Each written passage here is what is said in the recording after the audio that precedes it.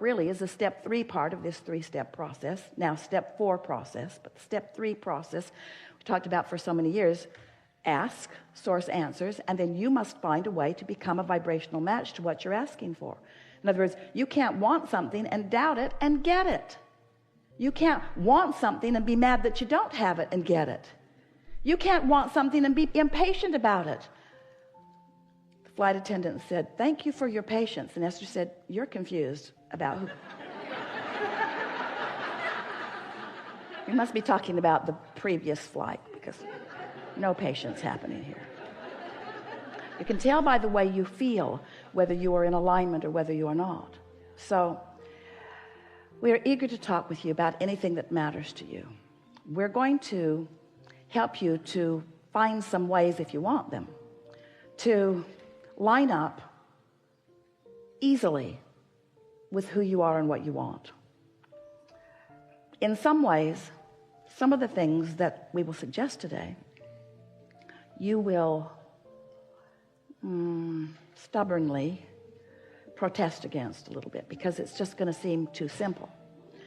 And some of the things that we're going to say to you and promises that we're going to make to you, you may even doubt a little bit, because they're just words that sort of kind of make sense, and maybe you feel resonance with them, but you haven't had the manifestational evidence in your life yet about it.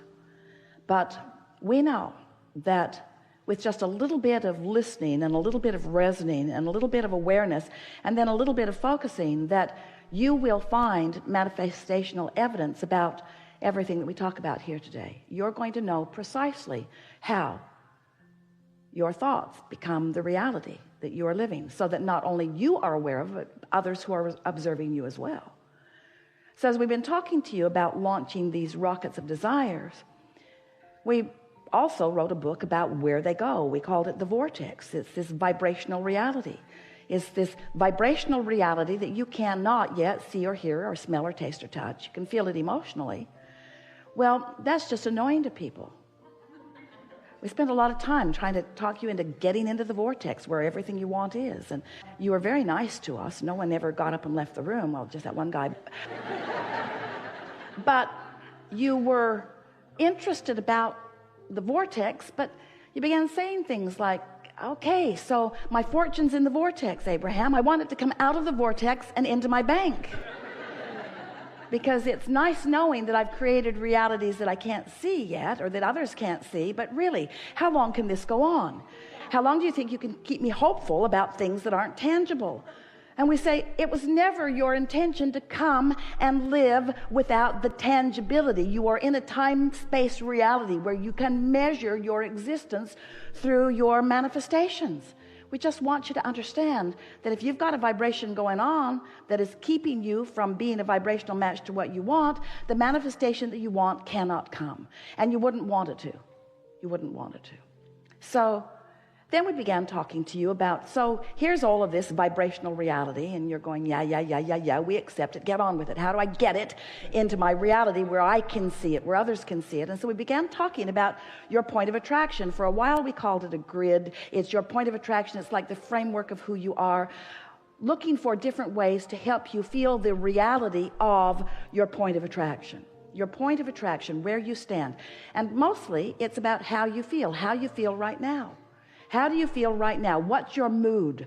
What is the mood that is swirling around you? Because your mood is the best indicator that you have to let you know what the vibrational atmosphere is that you've got going on. And your vibrational atmosphere matters because it is your point of attraction. How you feel, your mood, the thoughts you're thinking, the beliefs you hold, what's going on, the conversations you have, how you move in the world, how you feel in the world, what you're doing now.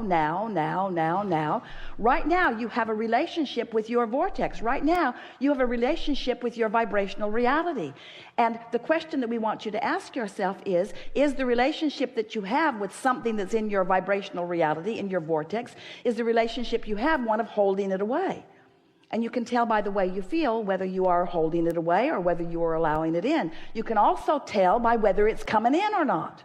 We're not asking you to just hold yourself in this emotional state of being and just take our word for it. What we're saying to you is take our word for it, hold yourself in the emotional state of being, and watch the evidence move from your vibrational reality into your reality until before long you will have such confidence in your ability to manifest anything that you desire, because you will have discovered what kinds of things you've been doing that have been preventing the things that you want from coming easily. And we can tell you in a very succinct nutshell kind of a sentence what it mostly is. Your observation of the conditions that exist now are the reason that you keep repeating a pattern that holds away the things you want. It really is that simple. You got to change the way you look at things. You got to reorient yourself. You've got to become more vibrational interfacing. You have to trust the way you feel. You have to accept that you have guidance. You have to accept that your guidance is always leading you toward what you want. And you have to be aware of when you're moving toward what you want and when you're not moving toward what you want. And you have to accept that the emotions that you hold are the indicator of whether you're moving closer or further. You can just tell. You'll get so good at this that you'll be in the middle of a conversation and you'll stop talking right in the middle of it, because you'll realize that you're moving away from what you want rather than toward what you want. So often, in your quest to make someone else understand what you mean, who's in a different vibrational frequency and is not hearing what you mean, in your attempt to get them to hear what you mean, you are responding to the condition of them not hearing. So you are basing what you are saying based upon what they are not hearing, and then you join them in their frequency rather than maintaining yours, and then instead of them hearing what you mean, you hear what they mean, and nothing changes. Oh, you got that, didn't you?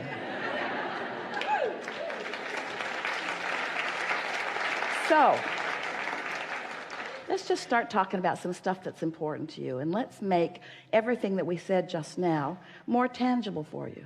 We want you to feel your thoughts becoming manifested. We want you to feel the movement of the vibration into awareness, into emotion, and then into see it, hear it, smell it, taste it, touch it, tangible, manifested stuff, just like you intended.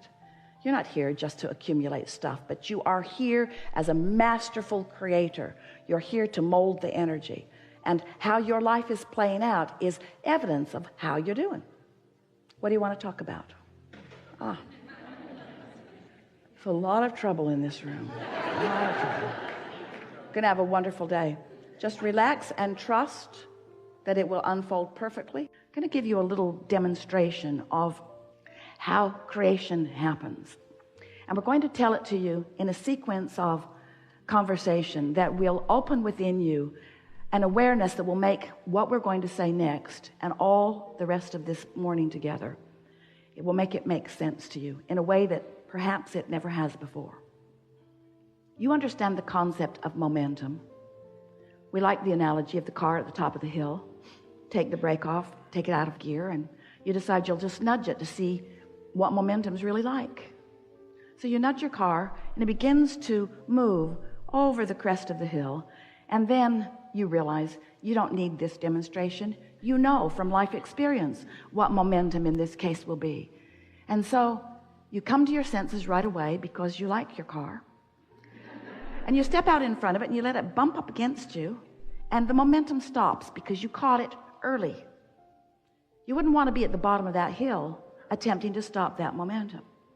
So when we notice, or you notice, that you've got a belief going that doesn't serve you, and we say to you, it's simply a momentum of thought that isn't serving you, part of you wants to argue about it because you believe it because it has been happening. It's a reality that you've observed, and so therefore it seems like it should be believable. But we want you to understand that even if you decide that it is a belief that you don't want to keep active, you can't just stop believing that all of a sudden, because there's too much momentum about thoughts. Life is still delivering to you remnants and pieces of it to sort of, not with the purpose of keeping it alive, it's just the consequence. In the same way that there's no evil force trying to drag your car down the hill into a big crash at the end. It's just a natural consequence of momentum. So when you realize, or this is what we want you to realize, is that There is a point, an earlier point, where the momentum is easier to stop or easier to slow.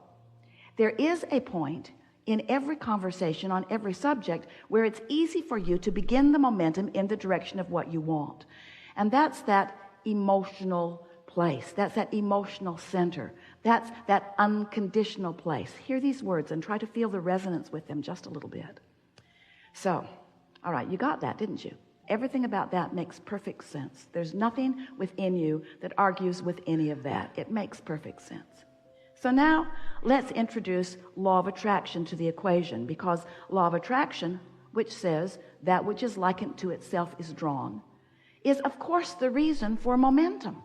Because when you think a thought for as little as 17 seconds, law of attraction delivers another thought to you that is like it, and now there is more momentum with the joining of the two thoughts. And in another 17 seconds, more momentum, and another more momentum.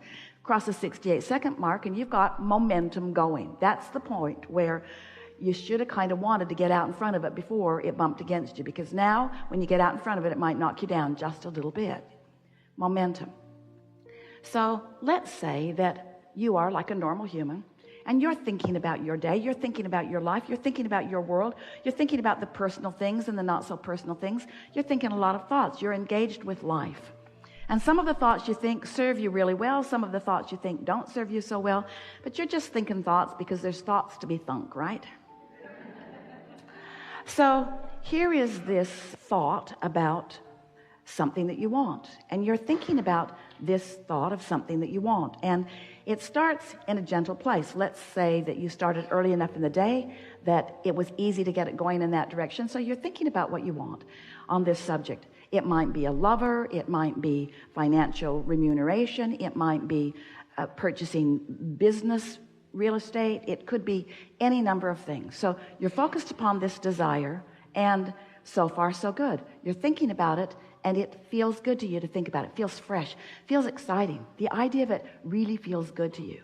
So you're thinking that thought, and then because you've got a belief that contradicts it, that's in the vibrational vicinity of that subject, you think, but I cannot really afford that. So now you've got this thought of what you want and this contradictory thought about it. And so you're not ever thinking two thoughts at the same time, but you're thinking them in close enough proximity to each other. I want it, but, I want it, but, I want it, but, that you've got a little vibrational wobble going here. You want it, but, so there's a little wobble going here. If you will step back right now and soothe that wobble, law of attraction is going to help you take that thought of desire to another place. But if you don't, the wobble's going to keep you from moving purely forward with that thought. So it goes like this. Let's say you don't catch it because it didn't feel very big. It wasn't gut-wrenching. You didn't really even notice it. You're not that in touch with your emotions. You're not that pure about your non-wobble thought yet. And so you think about how you want it, but. And then you think about how you've wanted it for a while, but. And then you think about how you hardly know anybody that's got that. And so now your thoughts are continuing. Law of attraction is causing each part of this thought to be greater. Are you getting the sense of this? But the wobble's getting greater too. So now, pretty soon, you want it, but now you're talking to your friend about it. Oh man, I've wanted this thing that I can't have for so long. Yeah, me too, your friend says. I can't even remember the last time I had anything like that. You know, I know somebody that's got it, but you don't even want to know that guy. That guy is so egotistical, centered. That guy is so hard to talk to, doesn't want to talk to things that negate what he wants. So you've got this big time wobble going on now. With us so far? You're the creator of your own reality. You're vibrational beings. You live in a vibrational universe. Everything you think is vibrational. Law of attraction is managing the vibration. And when you think about what you want in its absence, you wobble. And wobble doesn't feel good. And the more specific you are in a wobbling posture, the more uncomfortable you will become. The more specific you become in a non-wobbling posture, the more exhilaration you will feel. So your negative emotion is just letting you know all day, every day. what you're doing wobble-wise and what you could clean up if you would try a little bit. But if you'd be smart about it and want to stop the wobble before it gets going too much. Now, this may be helpful to a lot.